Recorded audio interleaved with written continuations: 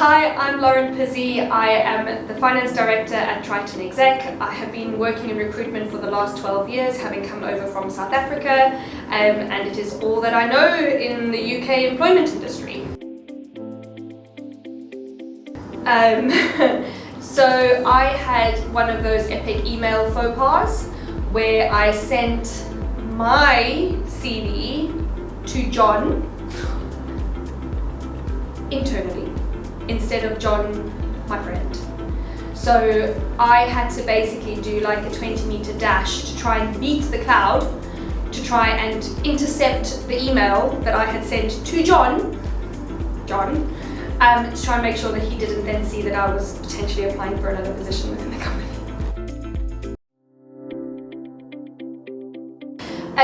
So, will you marry me? So I met my husband at work, so he was a recruiter. So I'd say probably the funniest thing would be, will you marry me? And 6 years down the line, here we are.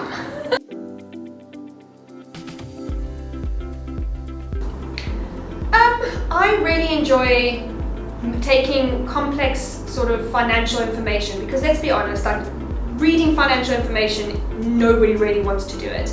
So I quite enjoy taking that and making it really simple in a visual format, graphical, data visualization, and trying to explain it in that sort of way, and then watching how other people who don't necessarily click with all of the finance jargon are able to then understand what it is that you're trying to portray.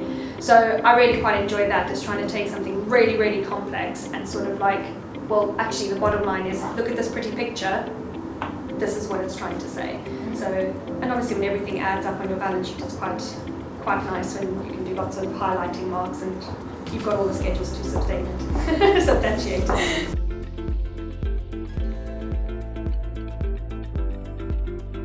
Salespeople and forecasting. Because everything is always happening. It's fine, I've got the sale coming in, it'll happen before the end of the month. So I think there's a term they call creative accounting, which is not good, but I think the salespeople are very creative in their accounting and how they want to forecast different things.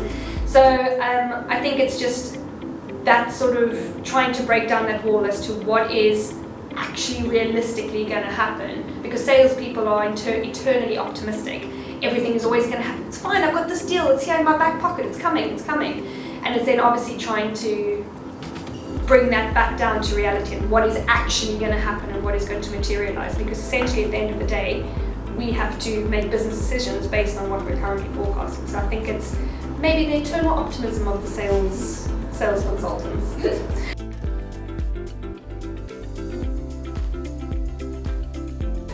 I think it's trying to find that balance between your day-to-day job and business as usual, and then trying to become more involved in the strategic aspect of it and trying to juggle how much time you're spending on each, because you kind of need both. So you need to be able to look at different projects and say, right, what are we looking at? Where are we going to be in 2 years' time? Will this help us in 2 years' time? If the answer is no, then you need to work out whether you need to spend as much time on it. If it's not going to assist you in 2 years' time or whatever, then you need to sort of weigh up whether it's worth the time and effort that you're putting into it now. So I think it's just basically that balance between your day-to-day job and like pushing the company to grow.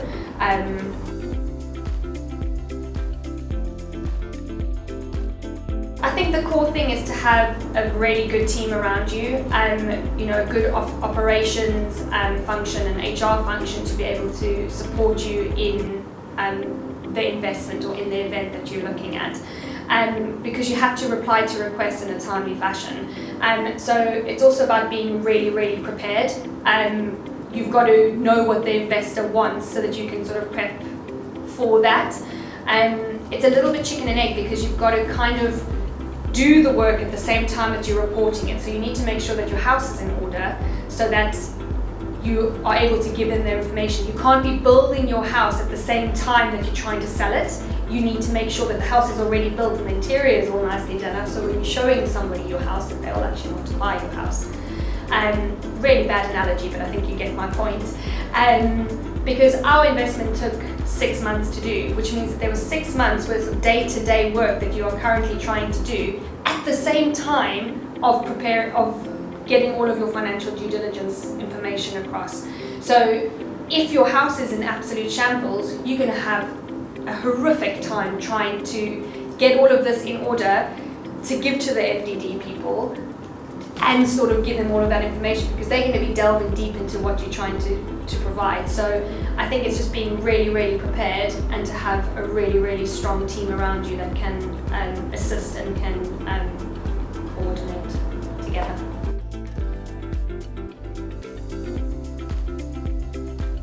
Sector, so it's a whopping 12 years. 12 years.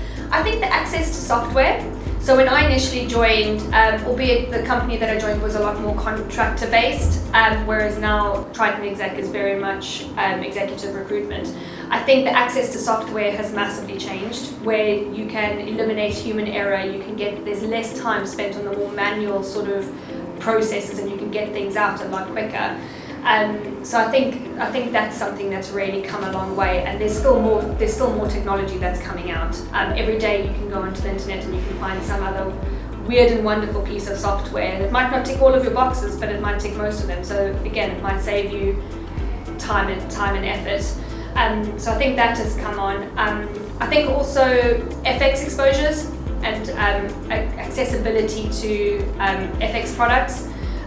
Whereas probably 12 years ago you would have maybe one sort of product that you would have to go through to your bank to be able to do any of your FX transactions, whereas now you are able to, there are so many different products and so many different companies that are offering variations of different products that you can actually go and have your pick as to what you want with regards to your FX. I mean, TritoExec is global, so we have FX exposure. So you're now able to go and pick and choose what product works best for you, and you can then go and mitigate that risk essentially.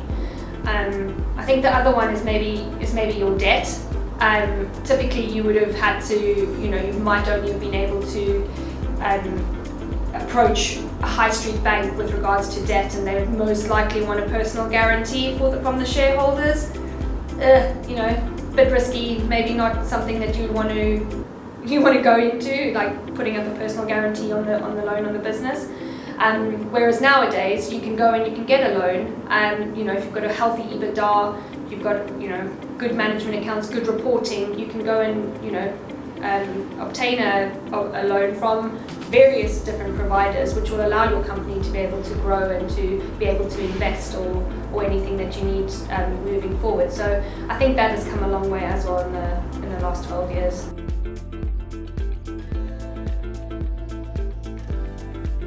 I think technology is going to make steps forward. I think they're trying to do away with the more human manual piece, and they're wanting to bring in technology to eliminate all that human error and to automate a lot of the finance function within recruitment. You can hear some of the technology that the guys are talking about within the office, about self-scanning CVs and all sorts of other things that I'm not even going to begin to go into because I work in finance, not in IT. But there's a lot of things that I think technology is going to take over, and being able to sort of model various data sets that you can almost go and touch your data and move it around, a little bit like the Minority Report, where you can kind of go in and immerse yourself into all of this data to be able to pull things out. So I think, as far as a reporting perspective is concerned, the technology and the metaverse or the dataverse or whatever you want to call it, I think we're going to be a lot more immersive in that.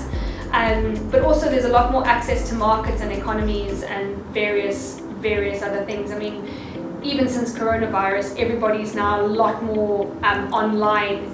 There's a lot more networking events, there's a lot more things, so there's a lot more sort of immersion into the various different markets, into different networking events that you can go and just talk to people, because you can never do away with experience. So I think that's kind of where it's going to go.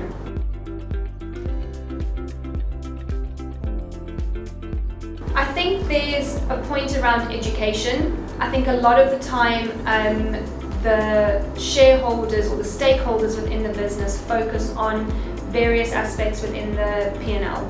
So they will concentrate on, okay, we want to drive revenue, and we'll just push on our revenue, and we'll make sure that our revenue number is the number that we want to do. Or it'll be an EBITDA yield, and making sure that that's the number that we want to have. And there's maybe not so much delving deep into where's your balance sheet, which is basically the history of your business. So they get so engrossed in the P&L, which is like a snapshot of how it is currently doing right now. It doesn't really give you much of the history of the company. But I think a little bit of an education around what is it telling you, what informed decisions can you make as a result of that, because you should be looking at both parts of that, not just concentrating on one particular aspect of that. So I think, stringent and regular looks at your balance sheet rather than just concentrating on your P&L. I think also then just managing your FX and in a way that can be impactful, because your FX can swing and hit you over the head without you even blinking. And all of a sudden you've got this, although it is on paper, but you've got to report it as such. You could have a loss just on FX exposure. So I think it's making sure that you are looking at that and trying to make the right kind of decisions with regards to your FX exposure and how you can mitigate that particular risk on your P&L, and try and, where possible, there's only so much that you can do, but where possible, try and make informed decisions to be able to try and make that a gain rather than a loss.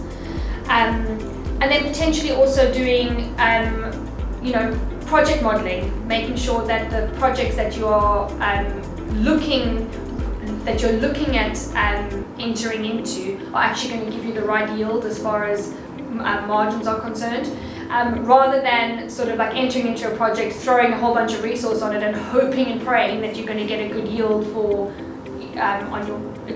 on that particular project. Is actually maybe doing a little bit of modeling pre the project or in the signing phases of like, right, you can't have these people on there, they're too expensive, or you can have so many people but you can only have 2, you can't have 3. Just basically modeling out various projects to be able to say, right, this is the project, this is the team, this is the yield, that's what you can have.